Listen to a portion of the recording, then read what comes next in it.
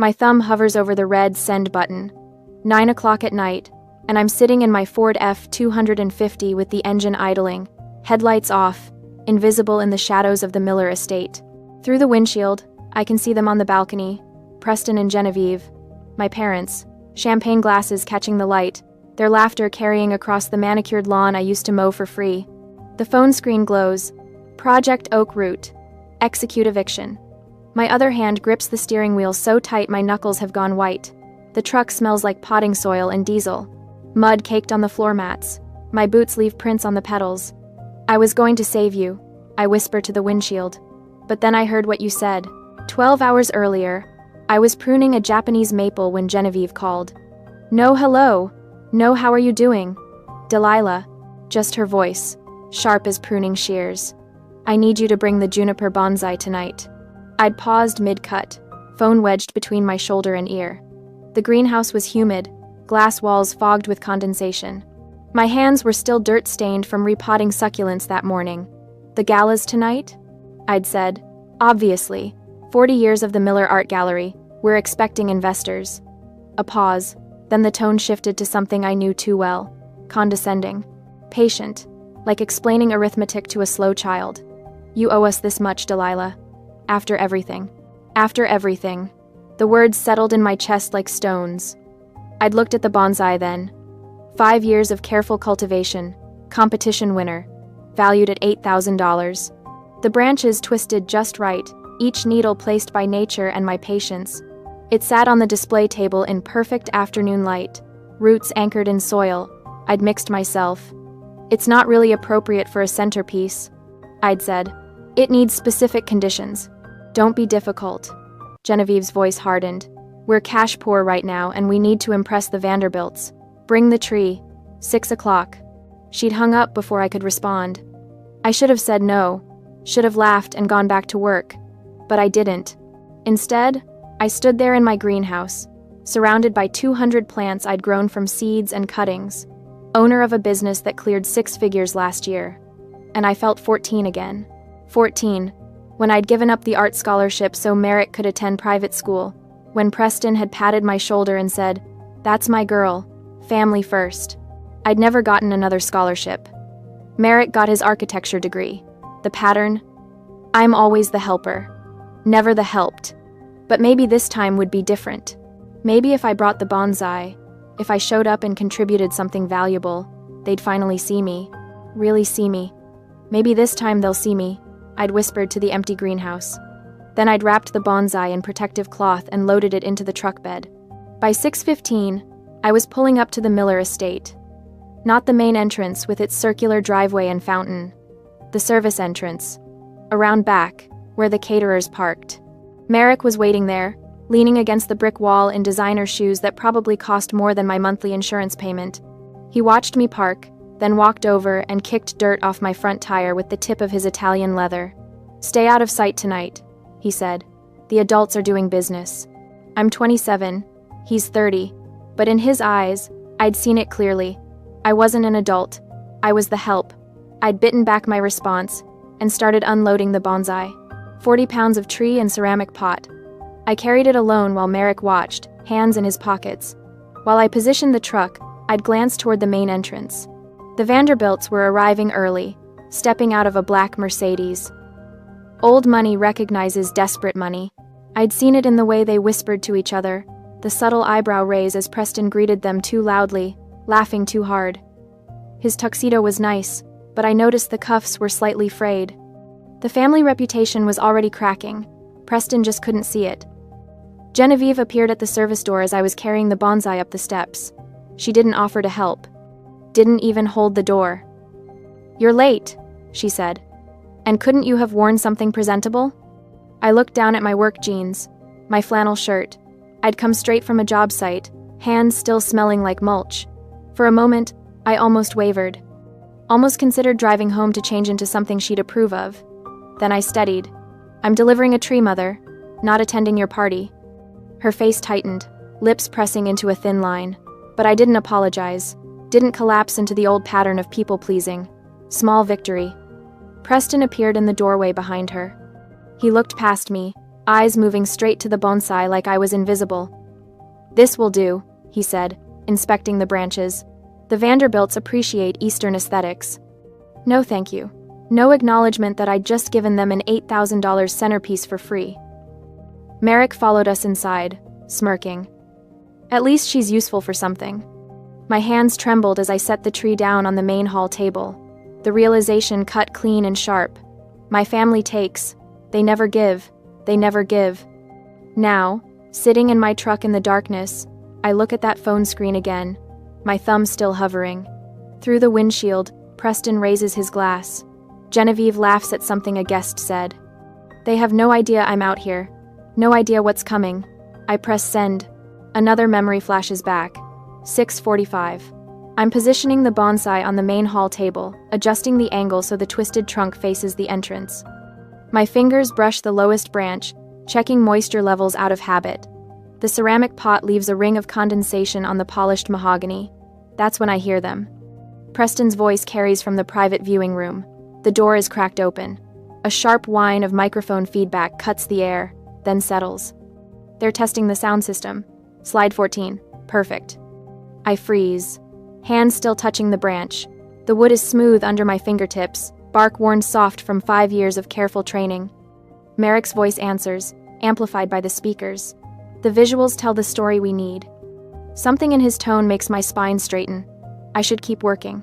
Should finish arranging the tree and leave through the service entrance like I'm supposed to. Instead, I move closer. The hallway mirror catches my reflection as I approach. Flannel shirt, jeans with mud stains on the knees, hair pulled back in a practical ponytail. I look exactly like what I am, someone who works with her hands. The slideshow clicks. Once, twice. Through the crack in the door, I see the projection screen glowing bright in the dim room. Merrick stands there in a tailored suit, holding some crystal award. The photo caption reads, "The Visionary. Merrick Miller receives Architecture Excellence Award." Click. The next slide loads. It's me. I'm covered in pond muck, mud streaked across my face, kneeling beside a retention pond, mid-laugh at something off camera. My work clothes are filthy. My hair is falling out of its tie. I look happy, completely unself-conscious. I remember when that photo was taken. Last spring. The Hendersons' backyard pond had clogged, and I'd spent 3 hours elbow-deep in algae and silt. Mrs. Henderson had laughed at something I'd said and snapped the picture. Said I looked like I was having the time of my life. Preston's voice breaks the silence. It's his presentation voice. Rehearsed, polished. The tone he uses when he's about to close a deal. We'll tell the investors, this is why we don't let children play in the dirt. A pause for effect. It proves we have standards. Merrick laughs. The sound echoes off the viewing room walls. Should we mention she charges people for this? He's really enjoying himself now. Actual money for manual labor. They're both laughing, practicing their timing, getting the rhythm right so the joke lands perfectly when the investors are watching. My breath catches. The bonsai branch slips from my fingers. Preston continues. The contrast is essential. Merrick's sophistication versus another calculated pause. Whatever Delilah is doing with her life. The words hang in the air. Clinical, precise. This isn't angry mockery. It's strategy. She's our cautionary tale, Merrick says. Visual proof that the Miller family has standards, that we recognize quality. The Vanderbilts will appreciate it, Preston adds. They'll see we're not sentimental about failure. My hand finds the wall. The plaster is cool, solid. I need something steady because the floor feels like it's tilting. This isn't about proving anything to me. It's not even really about me. I'm a prop, a before and after comparison. The photograph that makes Merrick look better by contrast. The photo will be seen by every investor in that room. By the Vanderbilts. By Newport's entire elite circle. They'll all laugh at the mud-covered girl who thinks she's worth something. I catch my reflection in the mirror again. Same flannel shirt, same work jeans. But the woman looking back at me is different than the one who walked into this building an hour ago. Something crystallizes, sharp and clear and absolutely certain. I don't want their approval anymore. The realization doesn't come with anger. Not yet. Just cold, perfect understanding. I'm not their daughter tonight. I'm their visual aid. My hands are steady as I walk back to the main hall. The bonsai sits on the table exactly where I left it. $8,000 of patient cultivation. 5 years of careful work. I lift it. 40 pounds of ceramic and soil and living wood. The weight settles familiar in my arms. No one sees me walk through the service corridor. The caterers are busy in the kitchen. The florists are arranging centerpieces in the side rooms. I push through the service entrance with my shoulder. A caterer glances up from her van. She's young, maybe 20. Her eyes go to my face, then to the bonsai. "Miss Miller, is everything all right?" My voice comes out level, measured. The centerpiece won't work after all. She sees something in my expression, doesn't ask questions, just nods and goes back to unloading champagne flutes. Small moment, but it matters. Human decency versus family cruelty. The difference is stark. The truck bed is exactly where I left it. I settle the bonsai carefully, wrap the protective blanket around the pot. My hands know this routine. I've transported this tree dozens of times. The engine starts on the first try. Through the windshield, I can see the main hall windows. The display table sits empty now. Just a ring of water condensation where the tree stood. The dashboard clock reads 7:15. Guests arrive in 45 minutes. My phone buzzes. Genevieve's name lights up the screen. I silence it. The tears come as I'm pulling onto Ocean Avenue. My hands shake on the steering wheel, adrenaline crashing through my system now that I'm alone.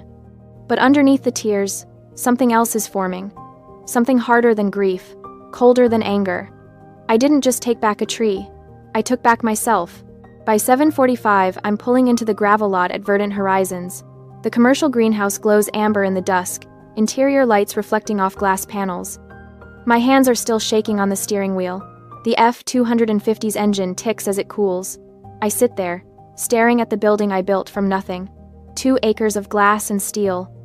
3 full-time employees. Last year's revenue, $847,000. None of it matters right now. Through the windshield, I see movement. Hank and Sarah are still here, working late on the Pemberton Estate installation. Hank's loading river stones into the bed of the company truck. Sarah's coiling irrigation line. They spot my truck. Both stop mid-task. Hank walks over first, work gloves still on, concern already creasing his weathered face. He's 62, been with me since the beginning. "Boss, what happened?" I try to answer. My mouth opens. Nothing comes out. Sarah appears at the passenger window with a bottle of water, doesn't ask permission, just opens the door and hands it to me. She's younger than Hank, maybe 45, but has the same steady presence. The kind of person who knows when to speak and when to just be there. I take the water. My voice finally works. They were going to use me, in a slideshow, to mock me in front of investors. The words sound thin, inadequate. They don't capture the rehearsal. I overheard Preston's voice dripping with practiced humor, Merrick's laughter. Hank's jaw tightens.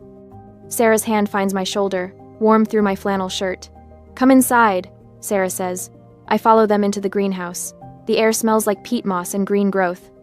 Rows of seedlings in their trays, each one labeled in my handwriting. This is real. This is mine. Not the Miller Art Gallery, with its borrowed prestige and unpaid debts. We walk to the workbench area. I lean against the potting table, still holding the water bottle. "I asked Silas to come," I say. "If things went bad tonight." "Good," Hank says. He pulls up a work stool, gestures for me to sit. I shake my head. Can't sit. Too much adrenaline. Then Hank does something unexpected. He kneels down in front of me and starts unlacing my boots. "You don't have to," I start. He pulls a rag from his back pocket and wipes the heavy muck from the leather. He doesn't make them new, just knocks off the filth. "Clean slate, boss," or close enough. The words hit somewhere deep. Preston never cleaned anything, never knelt for anyone, never showed care through action. Sarah's hand stays on my shoulder. They're both just waiting. Not demanding explanations, not rushing me, just present. The greenhouse door opens. Silas Thorne walks in carrying his leather portfolio, still in his suit from whatever courtroom he left early. He's 53, my corporate attorney for 4 years now. Sharp mind, sharper instincts. "Delilah." He sets the portfolio on the workbench. "Talk to me." So I do. The whole thing spills out. Genevieve's demand for the bonsai, the slideshow rehearsal, Preston and Merrick laughing about using my photo as a cautionary tale. The empty centerpiece table I left behind. Silas listens without interrupting. When I finish, he opens the portfolio and spreads documents across the workbench. Oak Root Holdings, LLC, he says. Sarah leans closer, studying the papers. What's Project Oak Root? Silas glances at me. I nod. 6 months ago, he explains, Preston's bank threatened foreclosure on the Miller estate. The property was leveraged beyond capacity. Delilah bought the distressed debt through a shell company I set up. Hank whistles low. You own their debt? $125,000 in unpaid back rent, I say. My voice sounds hollow. I'm their landlord. They never knew. Sarah's hand tightens on my shoulder. Not judgment, support. You were saving them, Silas says quietly. I thought if I proved myself successful enough. I stop. The sentence doesn't need finishing. They were never going to see you, Delilah. Silas's voice is gentle but firm. I've been telling you that for months. The truth lands like a physical weight. He's right. He's been right. I just wasn't ready to hear it. My phone buzzes. Genevieve. I let it ring once, twice. Then I answer and put it on speaker. Where's the tree? Her voice is shrill enough to make Sarah wince. Guests are asking questions. I took it home, Mother. Silence. Then the explosion. You selfish, ungrateful. The insults pour out. Trash, embarrassment, failure. Words she's probably thought for years, finally unleashed. Hank and Sarah stand perfectly still, witnessing. You've ruined everything, Genevieve spits. Don't bother coming back. She hangs up. The greenhouse goes quiet, except for the ventilation system's hum. Silas opens his laptop. I can email the eviction notice right now. His cursor hovers over send. I stare at the screen. The legal document is already prepared, professionally formatted, legally airtight. 6 months of planning reduced to 1 mouse click. Then I shake my head. An email is too easy. Silas looks up. They want to humiliate me publicly? My voice hardens. I need to look them in the eye when I take it all back. Sarah speaks first. What do you need from us? Say the word, boss. Hank's already standing straighter. Silas is already thinking tactically. The gala ends at 11. What are you planning? Process server. I meet his eyes. Can you arrange one? He smiles. Actually smiles. I know exactly the right person. The shift in the room is palpable. We're not grieving anymore. We're strategizing. I stand up straight, wipe my face with the back of my hand. Look at the 3 of them. My lawyer. My foreman. My forewoman. This is my real family. Not the people who share my blood but never my burdens. They wanted me invisible, I say. They're about to see me very clearly. Sarah walks to the office closet and pulls out a simple black dress, still in dry cleaning plastic. You left this here last month. After the Chamber of Commerce dinner. I take it. Change right there in the greenhouse, not bothering with modesty. Sarah and Hank turn away out of habit, but Silas keeps working on his laptop, already briefing someone on the phone. The dress fits. Knee length, professional, unremarkable. Then I strap my boots back on underneath the hem. Silas ends his call. Process server will pose as a late arriving guest. Eviction notice is prepared. I'm thinking timing during the keynote presentation. Maximum impact, I say. This is some strategic thinking, boss. Hank grins. I learned from the best. I look at Silas. Just not from them. By 8:40, I'm climbing back into the F-250. The dress feels strange over my work clothes. The boots feel right. My phone screen glows. Project Oak Root. Execute eviction. Through the commercial district, I can just see the Miller estate on the hill. The balcony where Preston and Genevieve are probably standing right now. Champagne glasses raised, convinced they've won. Preston's arm is probably around her shoulders. They're laughing. They think I'm broken. I was going to save you, I whisper to the windshield. But then I heard what you said. My thumb hovers over send. I press it. The screen confirms. Process server dispatched. ETA, 9:45 p.m. I start the engine. The diesel rumbles to life, familiar and powerful. I'm not driving back as a victim. I'm driving back as a predator lying in wait. 9:20. I walk through the main entrance of the Miller Art Gallery for the first time in my life. The black dress Sarah pulled from the office closet fits well enough, skimming my knees, simple and severe. But underneath the hem, with each step across the marble floor, my heavy work boots thud softly. No more mud prints, Hank saw to that, but the battered leather looks violent against the polished floors. Ancient and scarred amidst a sea of patent leather and silk. Nobody notices yet. They're all too busy pretending not to stare at the centerpiece table. Someone has placed a generic crystal vase filled with store-bought white roses in the center. It looks small, pathetic even, against the grandeur of the hall, a desperate placeholder. The water ring from the massive bonsai pot is still faintly visible on the mahogany if you look past the cloth runner. The room is packed. Investors in dark suits cluster near the bar. The Vanderbilts occupy the corner table, their posture radiating the kind of judgment only old money can afford. Newport's elite scattered throughout, champagne glasses catching chandelier light. Genevieve spots me first. Her face does something I've never seen before. It contorts, twists through shock into pure rage, then smooths into a mask so quickly I almost doubt I saw it. She crosses the room in 4 seconds flat, heels clicking like gunshots. "How dare you show your face?" Her voice is low, venomous. Close enough that I can smell her perfume, expensive and cloying. I meet her eyes. "I'm a Miller. This is a Miller event." Her hand clamps around my upper arm, fingers digging in hard enough to bruise. "You embarrassed us. That centerpiece cost us credibility." I don't pull away. Don't flinch. Did I? Or did you embarrass yourselves? Across the room, I catch the Vanderbilt matriarch watching us. Her expression is unreadable, but she's paying attention. They all are now. Genevieve's grip tightens. Then Preston sees me. He goes still, champagne glass halfway to his lips. His eyes find Merrick at the podium, and something passes between them, some silent agreement that makes my spine straighten. Preston moves toward Merrick with quick, urgent steps. They lean close, whispering. Merrick glances at me, and his smile is all teeth. They aren't waiting for the keynote anymore. I can see it in the way Merrick signals the AV technician, the way Preston's jaw sets with determination. They're moving up the schedule. They want to punish me now. Want to crush whatever brought me back here before I can speak, before I can explain the missing centerpiece. They need me broken in front of these investors. Merrick approaches the microphone. The feedback squeals once, and the room settles into expectant silence. "Before we begin our formal remarks," he says, voice smooth and practiced, "I'd like to share something with you all." The lights dim. The massive screen behind the podium illuminates, white and waiting. My heartbeat stays steady. I've been expecting this since I heard them rehearsing earlier. Since I understood exactly what they thought of me.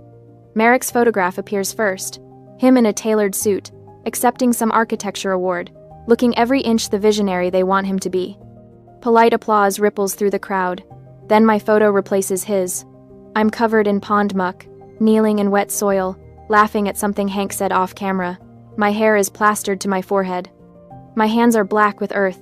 The joy on my face is unguarded, genuine, completely unaware I was being photographed. The room ripples with uncomfortable laughter, not cruel yet, but uncertain. Waiting for context, Merrick leans into the microphone. Some of us build legacies. He pauses for effect, gestures to his award photo. Others just dig holes. The laughter grows louder, more confident now that they understand the joke. Preston steps up beside Merrick, taking the microphone. This is what happens when you reject education. I stand in the center of the room. The spotlight finds me somehow, probably Merrick's doing. Every face turns toward me, and I feel the weight of their judgment, like physical pressure. This is the moment they've been building toward. Complete exposure. Total humiliation. I bow my head slowly, let my shoulders slump. Let my hands clasp in front of me, fingers twisting together like I'm trying to hold myself together. To Preston, to Genevieve watching from the side, to Merrick at the podium, I look exactly how they need me to look. Broken, defeated, remembering my place. Preston and Genevieve exchange glances across the room. Triumph gleams in their eyes, bright and hungry. Merrick smirks from the podium, leaning back like he's already won. At the bar, I catch them in my peripheral vision. Preston reaches for his champagne, and Genevieve meets him there. They clink glasses with the delicate sound of crystal on crystal. Preston leans close to her, whisper carrying just far enough for me to hear. She needed to remember her place. Genevieve sips, her lipstick leaving a mark on the rim. Maybe now she'll appreciate what real success looks like. They're drunk on it. The perceived power. The certainty that they've put me back in the box where I belong. Their guard is completely down. Near the Vanderbilt table, an older woman in pearls frowns at the screen. She leans toward her companion, stage whispering. Seems unnecessarily cruel. The Vanderbilt matriarch's face is stone. No smile, no approval. Just that careful neutrality that speaks volumes if you know how to read it. But Preston doesn't notice. He's too focused on me, on my bowed head and slumped shoulders. His arrogance blinds him to the way the room's mood is shifting, the subtle discomfort spreading through the crowd. I keep my head down. Keep playing the part. Then I check my watch. 9:43. I lift my gaze slowly, scanning the room until I find Silas near the entrance. He's dressed like any other guest, dark suit blending in perfectly. Our eyes meet across the crowded space. I give him the smallest nod, barely a movement at all. He nods back, steps aside from the doorway. The door opens behind him. A man in a dark suit enters, moving with purpose. He doesn't look around, doesn't hesitate. Just walks forward like he knows exactly where he's going. I let my expression settle, let something cold and final move behind my eyes. Preston turns back to the podium, oblivious. He takes the microphone from Merrick, smiling at the crowd with complete confidence. Now, about our investment opportunity, he begins. The man in the dark suit keeps walking toward the stage. My scuffed boots stay planted on the marble floor, and I don't move. Preston stands at the podium like a king surveying his kingdom. The stage lights catch the silver threading in his tuxedo jacket, and he's smiling that practiced smile I've seen 1,000 times. The one that says he's already won. The Miller family, he begins, voice smooth as aged whiskey, represents 3 generations of refined taste. I'm still standing in the center of the room where the slideshow left me. Head bowed, shoulders slumped, playing defeated. But I'm watching the door. A man in a dark suit enters. He moves with purpose, not the casual drift of a late guest. The fabric of his jacket is quality but unremarkable. He could be anyone. Merrick notices him first. I see my brother's frown from across the room, the slight tilt of his head. He doesn't recognize the man. Neither does Preston, who's still talking about legacy and vision and all the empty words that built their hollow empire. The process server walks down the center aisle. His shoes are quiet on the polished floor. Dark suit blending with the other guests, but his trajectory is unmistakable, straight toward the stage. Preston stops mid-sentence, looks up, annoyed. He leans into the microphone. Excuse me, this is a private event. The server doesn't stop, doesn't acknowledge the words at all, just keeps walking, steady as a metronome. Preston's irritation bleeds into his voice. Sir, you need to leave. The room goes quiet, conversations dying like candle flames in wind, everyone turning to watch. The server reaches the stage steps, climbs them one at a time. Preston's face flushes red. His voice sharp now, amplified through those JBL speakers mounted in the corners. Get the hell off my stage, you peasant. Gasps ripple through the crowd. I see the Vanderbilts exchange glances, eyebrows raised. There it is, the desperation, the crack in the veneer. But Preston doesn't notice. He's too focused on this perceived threat to his authority. Do you know who I am? This is my gallery, my event. The microphone catches every word, broadcasts his rage to every corner of the room. The server stops 3 feet from Preston. When he speaks, his voice is calm, professional. But he's close enough to the podium that the microphone picks it up, amplifies it. I know exactly who you are, Mr. Miller. He reaches into his jacket. Preston flinches. But what emerges is just a legal envelope. Cream-colored paper, official seal, visible even from where I'm standing. I am representing Oakroot Holdings. Preston's face shifts from anger to confusion. Oakroot what? You are being served with an immediate eviction notice. The words hang in the air like smoke. I watch them register across the room. See the way heads turn, mouths open slightly.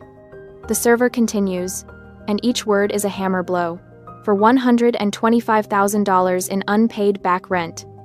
The number echoes. $125,000. 6 figures. The kind of debt that destroys reputations. Behind Preston, my mud photo is still projected on the screen. Delilah covered in pond muck, laughing. But the context has shifted. Flipped completely. Because the mud girl holds their six-figure debt. Preston's face drains of color. All that righteous anger bleeding away into something else. Something that looks like fear. The Vanderbilts stand. Both of them, moving in sync. They place their napkins on the table with precise, deliberate movements. Then they walk toward the exit without a word. Not running. Old money doesn't run, but they're leaving. Avoiding contamination from this scandal. Other investors follow. I watch the social suicide happen in real time, exactly like Silas warned. The thing Preston feared most, manifesting right in front of him. "This is a misunderstanding," Preston stammers into the microphone. His voice has lost all its polish. "There's been some kind of mistake." The server's voice cuts through his protests. "Your lease is terminated effective immediately due to chronic non-payment. You have 48 hours to remove personal belongings." Genevieve's heels click on the floor. She's rushing toward the stage, dress swishing around her legs. "Who owns Oak Root? I demand to know." But the server isn't finished. Legal ownership transferred to Oak Root Holdings 6 months ago. All correspondence regarding the debt was sent to your attorney of record. Preston grabs for the papers. His hands are shaking so badly the envelope crumples. He stares at the documents like they're written in a foreign language.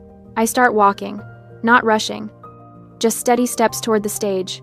The crowd parts for me without being asked. Their faces have changed. They're not looking at the mud girl anymore. They're seeing someone else entirely. I reach the base of the stage. Stop there. Look up. Preston's eyes meet mine. I watch the realization dawn across his face. See the exact moment he understands. His whisper barely carries, even with the microphone. "You?" I don't apologize. Don't explain or justify or make excuses. I just hold his gaze for 3 long seconds. Let him see everything he missed, everything he dismissed. Then I turn on my heel. The black dress swirls around my legs, and my battered work boots are visible for just a moment. The boots I wore on purpose, the boots I never apologized for. Silas falls in beside me as I walk toward the exit. His hand touches my back briefly. Steady, supportive. At the door, I pause. Turn back to face the room. The investors are frozen, watching. Preston is collapsed in a chair. Merrick stands beside him, looking lost. Genevieve's mouth is open, mid-scream. My voice carries across the silent room without needing a microphone. Clear. Calm. Final. The lease was always clear. I'm not your daughter right now. I let the silence stretch. Let them all hear what comes next. I'm your landlord. Then I walk out.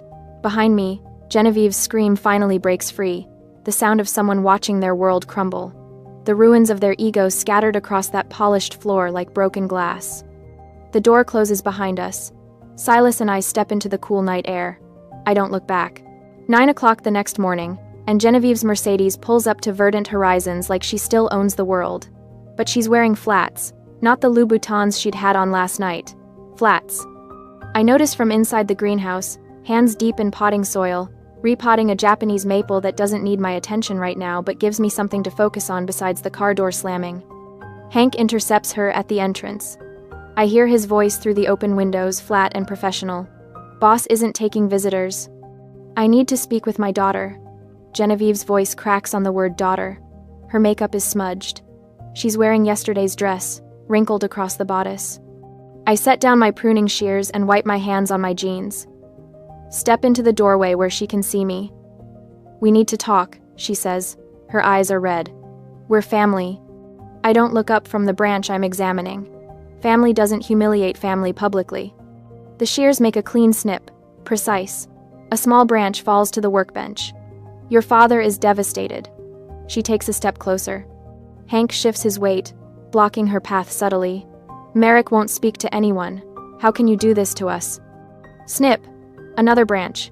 "I'm shaping the maple into something beautiful, something that will take years to fully mature. Patience and discipline. We raised you better than this." That one almost gets me. Almost. But I've heard this song before. The guilt, the manipulation, the assumption that I owe them something beyond the $125,000 they never paid. I set down the shears, wipe my hands clean on a rag, reach into my back pocket and pull out a business card. edges already worn from carrying it around since last night, knowing she'd come. I walk to the door and hand it to her.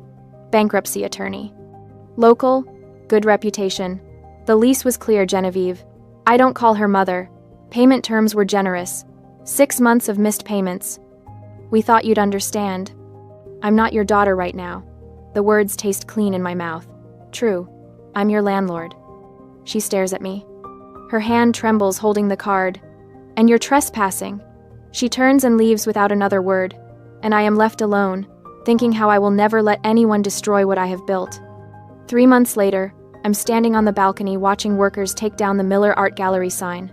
The metal scrapes against brick, and I feel nothing. No satisfaction, no bitterness. Just the morning sun, warm on my shoulders, and the weight of my own building beneath my boots. Verdant horizons, headquarters. Sarah reads from the new sign as workers hoist it into place. Never thought we'd have offices with a view. Hank joins us, coffee in hand. He passes me a cup without asking if I want one. He knows I do. Boss, the $8,000 bonsai looks perfect in the window. I glance back through the glass. The juniper sits in the main office, backlit by eastern sun, every needle visible. 5 years of work, competition winner. Finally displayed where people can see it, where it deserves to be seen. It deserves to be seen, I say. Silas arrives with his leather portfolio, footsteps echoing in the new space. Preston and Genevieve signed the settlement this morning. Merrick moved to Boston. No forwarding address. I nod. Take a sip of coffee. The information lands without weight. They're gone, and I'm still here, and that's enough. The office walls behind me hold photographs now. Completed landscapes, happy clients standing in gardens I designed with my own hands. No family photos. The mud crew, Silas, the people who chose me. That's family enough. Business is thriving. 3 new commercial contracts signed last week. After Silas leaves and the crew goes back to work, I stand alone on the balcony at sunset, look down at my boots, still dusty from this morning's site visit, still caked with honest dirt. I remember Preston's slideshow joke. Just dig holes. The smile comes without bitterness. Those holes became gardens. That mud built this. Behind me, the bonsai catches the last light through the window. Its shadow falls across my shoulders like wings spreading. Dark and certain. I reclaimed my garden, I whisper. My phone buzzes. New client inquiry. I answer without hesitation. Verdant horizons. Delilah Miller speaking. My name. No apology in it. No shame. Just mine.